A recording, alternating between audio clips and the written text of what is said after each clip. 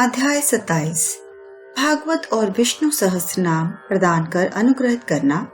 गीता रहस्य दादा साहिब खापर्डे। इस अध्याय में बतलाया गया है कि श्री साईं बाबा ने किस प्रकार धार्मिक ग्रंथों को कर स्पर्श कर अपने भक्तों को पारायण के लिए देकर अनुग्रहित किया तथा और भी अन्य घटनाओं का उल्लेख किया गया है। प्रारंभ। जन साधारण का ऐसा विश्वास है कि समुद्र में स्नान कर लेने से ही समस्त तीर्थों तथा पवित्र नदियों में स्नान करने का पुण्य प्राप्त हो जाता है। ठीक इसी प्रकार सद्गुरु के चरणों का आश्रय लेने मात्र से तीनों शक्तियों ब्रह्मा विष्णु और महेश और पर ब्रह्म को नमन करने का श्रेय सहज ही प्राप्त हो जाता है। श्री सच्चिदानंद साई महाराज तो भक्तों के लिए कल्पतरु, दया के सागर और आत्मानुभूति देने वाले हैं। हे साईं, तुम अपनी कथाओं के श्रवण में मेरी श्रद्धा जागृत कर दो। घनघोर वर्षा ऋतु में जिस प्रकार चातक पक्षी स्वाति नक्षत्र की केवल एक बूंद का पान कर प्रसन्न हो जाता है, उसी प्रकार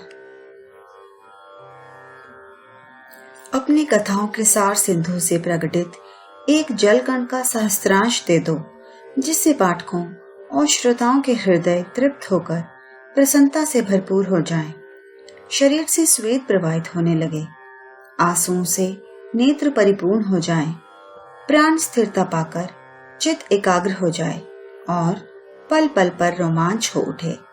ऐसा सात्विक भाव सभी में जागृत कर दो।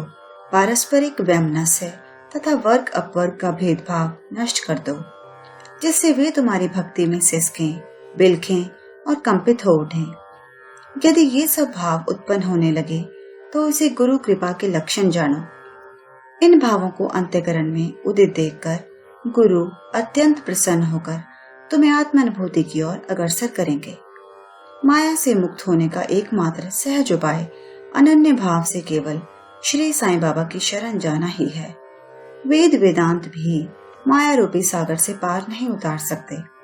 यह कार्य तो केवल सद्गुरु द्वारा ही संभव है। समस्त प्राणियों और भूतों में ईश्वर दर्शन करने के योग्य बनाने की क्षमता केवल उन्हीं में है। पवित्र ग्रंथों का प्रदान। गत अध्याय में बाबा की उपदेश शैली की नवीनता ज्ञात हो चुकी है। इस अध्याय में उसके केवल एक उदाहरण का ही वर्णन करेंगे। भक्तों को जिस ग्रंथ विशेष का पारायण करना होता था, उसे वे बाबा के कर कमलों में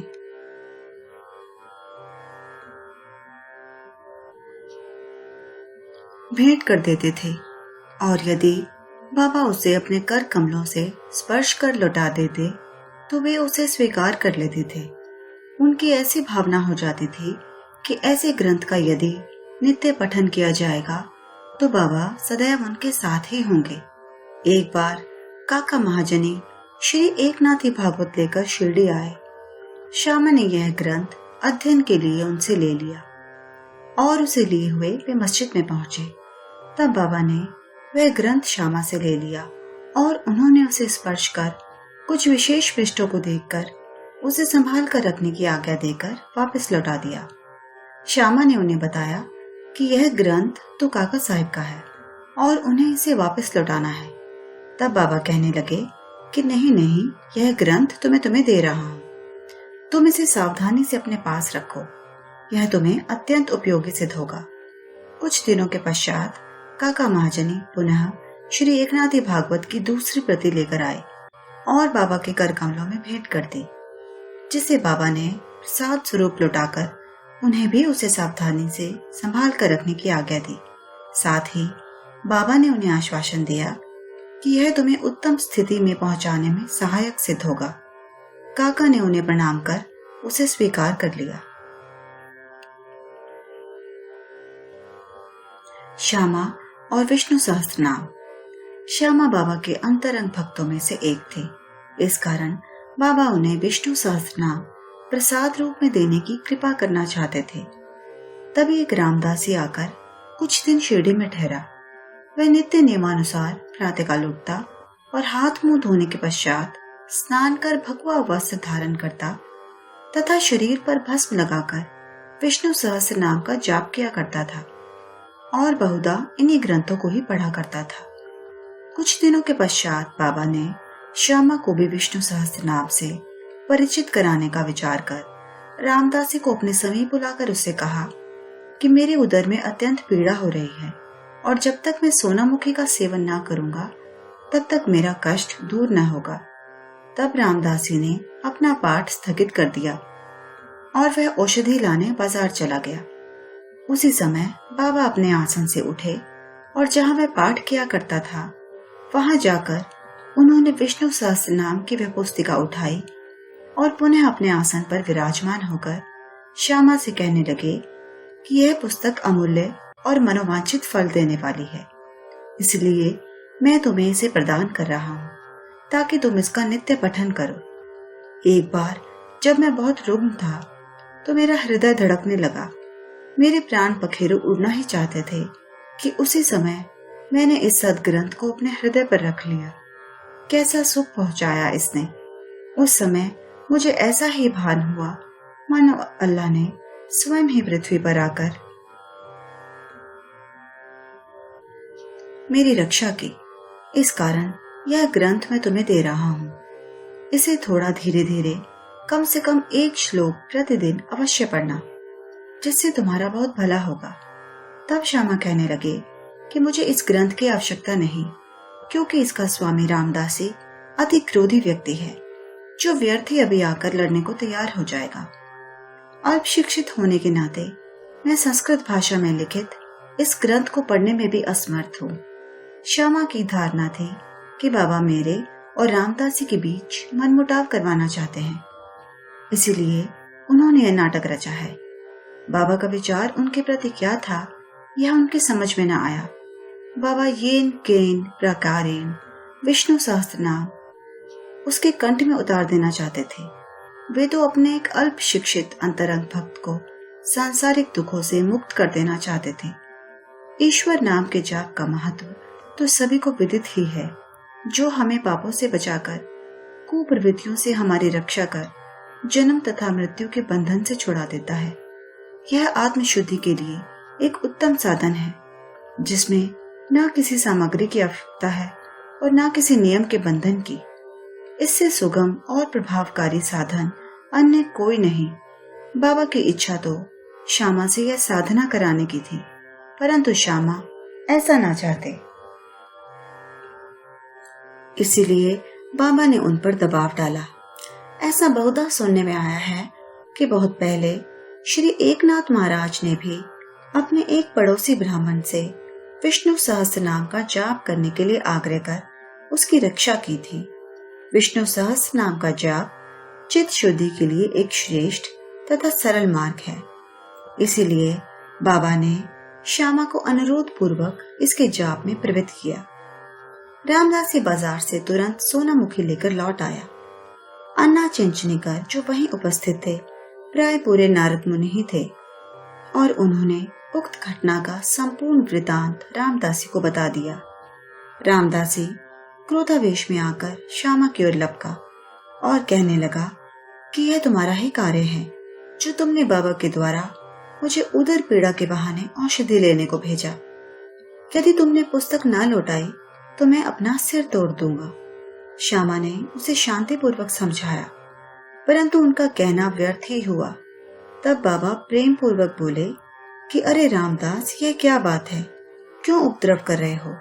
क्या श्यामा अपना बालक नहीं है? तुम उसे व्यर्थ क्यों झगड़ा करते हो? क्या तुम नम्र और मृदुल वाणी नहीं बोल सकते? तुम नित्य इन पवित्र ग्रंथों का पाठ किया करते हो और फिर भी तुम्हारा चित्त अशुद्ध है। जब तुम्हारी इच्छाएं ही तुम्हारे वश में नहीं है तो तुम रामदासी कैसे? तुम्हें तो समस्त वस्तुओं से अनासक्त होना चाहिए। कैसी विचित्र बात है कि तुम्हें इस पुस्तक पर इतना अधिक मोह है। सच्चे रामदासी को तो ममता त्याग कर समदर्शी होना चाहिए। तुम तो अभी बालक श्यामा से केवल एक छोटी सी पुस्तक के लिए झगड़ा कर रहे हो। जाओ अपने आसन पर बैठो। पैसों से पुस्तकें तो अनेक प्राप्त हो सकती हैं, परंतु मनुष्य नहीं। उत्तम विचारक बनकर विवेकशील हो। पुस्तक का मूल्य ही क्या है और उससे श्यामा को क्या प्रयोजन? मैंने स्वयं उठाकर वह पुस्तक उसे दी थी, यह सोचकर कि तुम्हें तो यह पुस्तक पूर्णतः कंठस्थ है। श्यामा को इसके पठन से कुछ लाभ पहुंचे, इसीलिए मैंने उसे दे दी। बाबा के ये शब्द कितने मृदु और मार्मिक तथा अमृत तुल्य हैं। इनका प्रभाव रामदासी पर पड़ा। वह चुप हो गया तथा फिर श्यामा से बोला कि मैं उसके बदले में पंचरत्न गीता की एक प्रति स्वीकार कर लूंगा। तब श्यामा भी प्रसन्न होकर कहने लगे, एक ही क्यों, मैं तो उसके बदले में 10 प्रतियां देने को तैयार हूं। इस प्रकार यह विवाद तो शांत हो गया, परंतु अब प्रश्न यह आया कि रामदासी ने पंचरत्न गीता के लिए एक ऐसी पुस्तक जिसका उसे कभी ध्यान भी न आया था, इतना आग्रह क्यों किया, और जो मस्जिद में हर दिन धार्मिक ग्रंथों का पाठ करता हो, वह बाबा के समक्ष इतना उत्पात करने पर क्यों उतारू हो गया। हम नहीं जानते कि इस दोष का निवारण कैसे करें और किसे दोषी ठहरावें। हम तो केवल इतना ही जान सके हैं कि यदि इस प्रणाली का अनुसरण न किया गया होता तो विषय का महत्व और ईश्वर नाम की महिमा तथा श्यामा को विष्णु सहस्त्र नाम के पठन का शुभ अवसर ही प्राप्त न होता। इससे यही प्रतीत होता है कि बाबा के उपदेश की शैली और उसकी क्रिया अद्वितीय है। श्यामा ने धीरे धीरे इस ग्रंथ का इतना अध्ययन कर लिया और उन्हें इस विषय का इतना ज्ञान हो गया कि वे श्रीमान बूटी साहिब के दामाद प्रोफेसर जी नार के MA को भी इसका यथार्थ अर्थ समझाने में पूर्ण सफल हुए। गीता रहस्य। ब्रह्म विद्या का जो भक्त अध्ययन करते उन्हें बाबा सदैव प्रोत्साहित करते थे। इसका एक उदाहरण है कि एक समय बापू साहेब जोग का एक पार्सल आया जिसमें श्री लोकमान्य तिलक कृत गीता भाष्य की एक प्रति थी, जिसे काख में दबाए हुए वे मस्जिद में आए। जब वे चरण वंदना के लिए झुके तो वह पार्सल बाबा के श्री चरणों पर गिर पड़ा। तब बाबा उनसे पूछने लगे कि इसमें क्या है। श्री जोग ने तत्काल ही पार्सल से वह पुस्तक निकालकर बाबा के कर कमलों में रख दी।